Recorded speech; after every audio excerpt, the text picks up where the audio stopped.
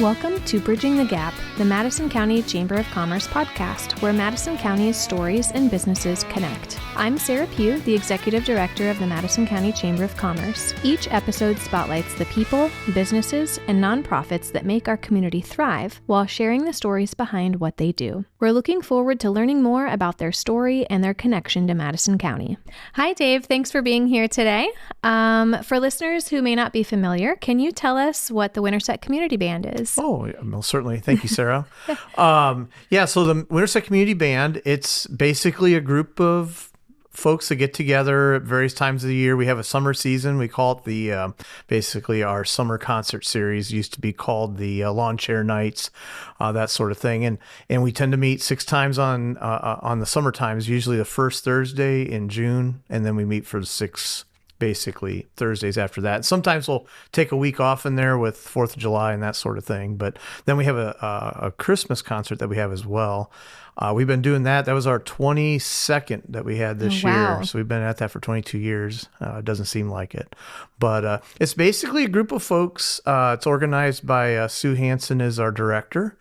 And we like to pride ourselves in the fact that we've built ourselves up to a 40 to 50 person band, and anywhere from 8th grade through, heck, we got some folks that are in their 80s that are still participating. That's wonderful. So it's a good group. Yes. Very good. And you said the Christmas one was the 26th? 22nd. So we've been doing that for 22 years. And is that how long the group has been together? Well, no, actually the group has been together a lot longer than that, off and on through many years. And when I was preparing for this a little bit, on our website, you can actually trace the community band's roots all the way back to 1911. And it's probably even further than that, because there was a fellow by the name of Eldon Benge. He was, as it says here, it's been documented, the band was, and actually the trumpet player was a childhood inspiration for Eldon Benge. And Eldon went on to become the principal trumpet for the Chicago Symphony. Cool. And back in those days, trumpet was considered an evil instrument. In fact, there's a letter that says that because everybody played cornets, the smaller version, and they're not as tinny. They're more for symphony type music, if you think that way on it. But no, there's a letter to Eldon Benge from, at that time, the principal trumpet player for the Chicago Symphony. I believe that's who he was with, basically calling the trumpet the instrument of the devil. Oh, wow. Okay. So Eldon went on, though, and he actually started his own company. And if you ever hear of Benge trumpets, that's Eldon Benge. Okay. He started his own trumpet company. And so the band actually has its roots way, way, way back when. And there's some documentation that they used to actually perform even before that in what's called the Chautauqua building. But I would say, and I can talk more about that later, but the band in its modern sense, if you go back in the 60s, they used to perform on the west side of the square at 8 o'clock at night. Yes. And then as time went on, some of those things kind of faded, but then it kind of resurged. My understanding is before my time here, back in the late 90s, early 2000s. And then I started playing in 2003. And then we've used to play on the square every Thursday night. Mm-hmm. In fact, some years we picked the south side, sometimes the east side, sometimes the west side. But wonderful. Yeah. So how did you get involved in the band then? My next door neighbor is Sue Hansen. So she twisted your arm. So I played, of course, in high school where I grew up, a little town, Norway, Iowa, and very, very small school. We had 103 in our entire high school. And of that 103, there was 90 some in the band. Wow. So band was a big deal at our school, along with baseball. If people do a little history research, they'll see that Norway is a big baseball town. I enjoyed playing in high school. I'd put it away just like everybody else does. Mm-hmm. And then Sue said, "Oh yeah, we got this community band. Do you play?" And I'm like, "Yeah, I do, but I haven't played in a long time." She goes, "Oh, no big deal. Come on to a practice and see." And so that's kind of where it started. Very cool. Do you do anything else with the band, or do you just play instruments? I'm also the treasurer for the group. We just kind of keep things. I helped get it, basically set it up as a 501c3 organization. So it is a legitimate nonprofit. We collect funds through donations and things through the years, grants and the like. So, okay. And what do you use those funds for? Basically music, sheet music, other expenses, things that day-to-day operations, things of that nature. Yeah. But majority, it's all volunteers, all. Oh, it's all volunteer. None of us get paid. We just do it because we love it. Yeah, that's awesome. What do you think the community band has played, or why do you think the community band has played a role in Madison County?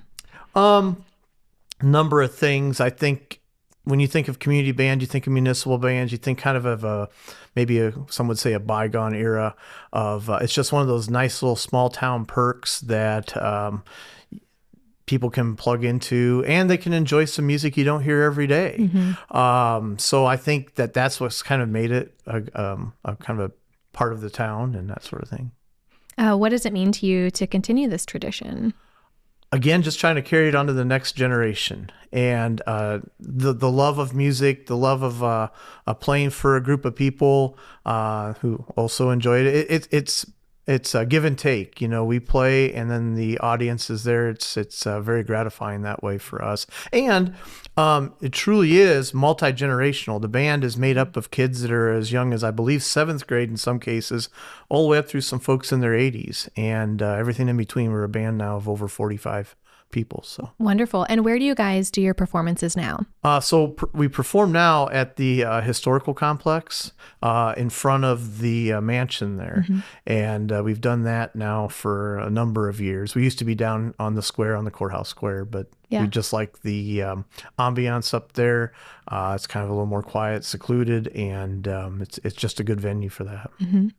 Tell me more about your performance evenings, because I've been to some before, but if someone's not been, tell me a little bit about that setup, because you have some other nonprofits that are there. Yes. So basically a typical, I'll call it a typical lawn chair night or summer concert series night. Basically at 6:00, there'll be a nonprofit group that'll set up as a little fundraiser. They'll set up like dinner and dessert, drinks, that sort of thing. So they'll get set up there. We'll get ourselves set up around that time, chairs, stands, and the like. And then basically that goes until 7:00 when we start the concert.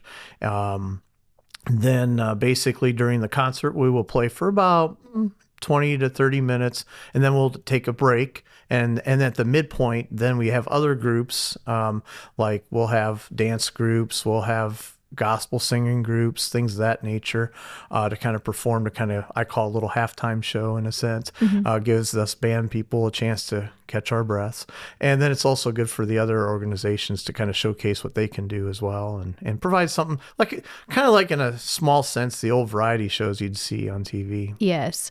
From my perspective, it's really been a celebration of the arts, because it's, yes, the community band is the reason to come together, but you're sprinkling those other avenues of arts around. And it's so cool to see all the generations participate in kind of a little reunion of such. I know every time I go, I'm like, oh my gosh, it's my old school teacher, or my neighbor I haven't made it over to see in a while. Exactly. Yes. Who can join the band? Pretty much anybody. Even if you haven't played an instrument in the last umpteen years or whatever, don't consider yourself, I couldn't do that. We've had folks that put away their instrument for 20 some years and they'll come back. Well, I was kind of in that vein myself. You start having your family and that sort of thing, and that takes your time. But that for us, it became a family thing, because then my kids participated in it as well. But no, anybody can join, and it's just a matter of plugging in. If you're brushing off the dust on your instrument, is there like some lessons you do to prep for that, or do they just kind of put you next to someone that can help you, or how does that work? We pretty much just put somebody right next to you who can help you out. And that's the other nice thing about this, is because you do have folks that have been in it for a long time. You have folks that are new to it again. And like I say, you kind of build up your endurance again in playing. It takes a little while, but that's probably the most common way of doing it. And then what kind of music do you guys typically perform? We perform a variety of kinds of music. So like, I would say the majority of what we play would be considered like your old Sousa marches and things of that nature, your patriotic tunes, things of that nature. But then we'll pull out some music from, we have some music from, say, like some of the old Disney movies, the cartoon movies. We have, we've done, trying to think of some of the big ones that we've done on there. Lion King has been one, Mary Poppins. Then you got some of the old musicals like the Music Man musical, and then maybe some what would have been contemporary back in the 80s and 90s. We'll have some instrumental versions of that. I was thinking of like the Whitney Houston tune, and we've played some of that. And then we've had some old, I call them almost folk music type stuff even in there too. Stuff from Willy Wonka's Chocolate Factory. I mean, kind of a little smorgasbord of everything. Nice. Can you share a memorable performance or moment that really captured what the band means to the community?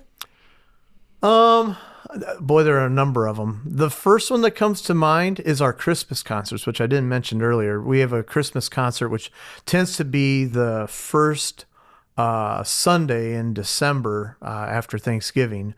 And some of our classics that we've played in there, like we'll have the old Leroy Anderson sleigh ride. We'll have the Grinch Who Stole Christmas. And so the performance there is the fact that we've had Vince Jackson for years playing Barry sax, and he plays that Grinch kind of tune in there. And it's just one of a kind. Yeah. And then in Sleigh Ride, as a trumpet player, I've had the opportunity to play for a number of years the horse whinny that you hear at the end of the sleigh ride. Yes. So that concert's probably the most fun that way, from that standpoint. But. Yeah, very nice. What keeps you passionate about participating in the band? Honestly, it is the fact that, again, it's an opportunity to play. It's something I enjoy. It's a hobby. I think we all probably fall in that category. And the opportunity to kind of play for an audience. And again, just kind of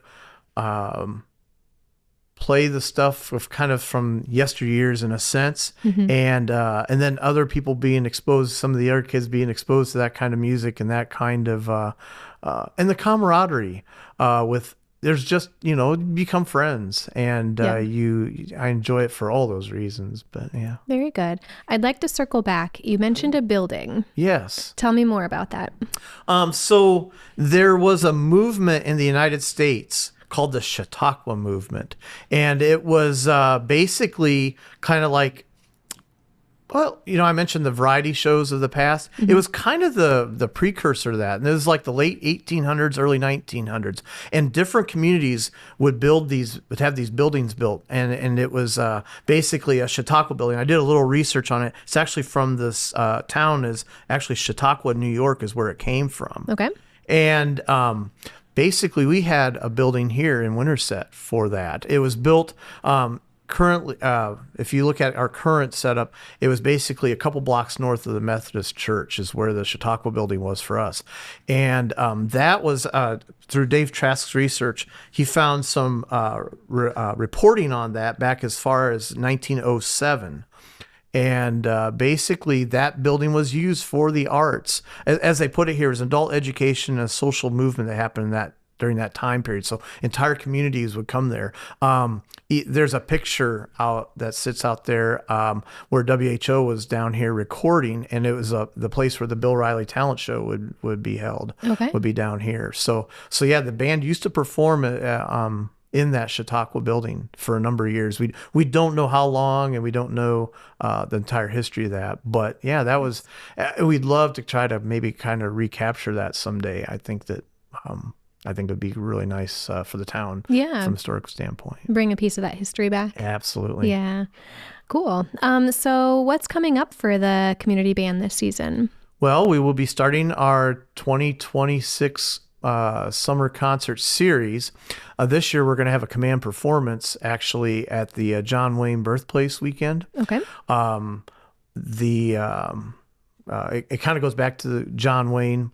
Went to college, was part of a fraternity called Sigma Chi.